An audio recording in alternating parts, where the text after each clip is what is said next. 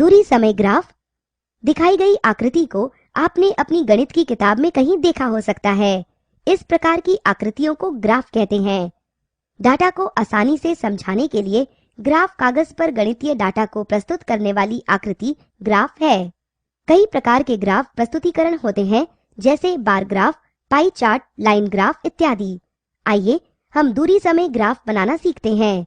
Note: दूरी समय graph को हमेशा लाइन ग्राफ के द्वारा प्रस्तुत किया जाता है। ग्राफ कागज की एक शीट लें और एक दूसरे के लंबवत दो रेखाएं खींचें, जैसा कि आकृति में दिया गया है। अब क्षैतिज रेखा XOX खींचें, जिसे X एक्सिस, और ऊर्ध्वाधर रेखा YOY डैश, जिसे Y एक्सिस कहा जाता है। XOA और YOB के विभाजन बिंदुओं को आरंभ बिंदु O के रूप में जाना जाता है। आइए अब हम दूरी समय ग्राफ बनाते हैं।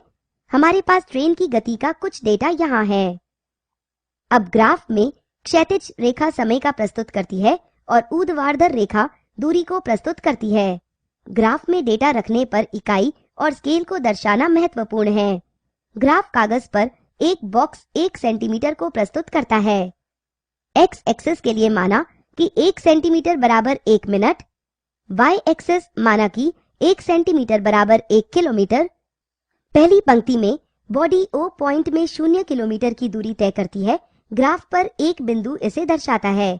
यह बिंदु ग्राफ के आरंभ बिंदु पर जाकर मिलता है। दूसरे में बॉडी 1 मिनट में 2 किलोमीटर तय करती है। ग्राफ पर दूसरा बिंदु इसे प्रस्तुत करता है। यह 1 मिनट में X एक्सिस और Y एक्सिस पर 2 किलोमीटर जाता है। इसी तरह ग्राफ पर अन्य बिंदुओं को रखें। अब इन बिंदुओं को रेखा को 0 मिनट पर और 0 दूरी पर बढ़ाकर मिलाएं, जैसे बिंदु O। बॉडी की गति को दर्शाने वाला दूरी समय ग्राफ तैयार है।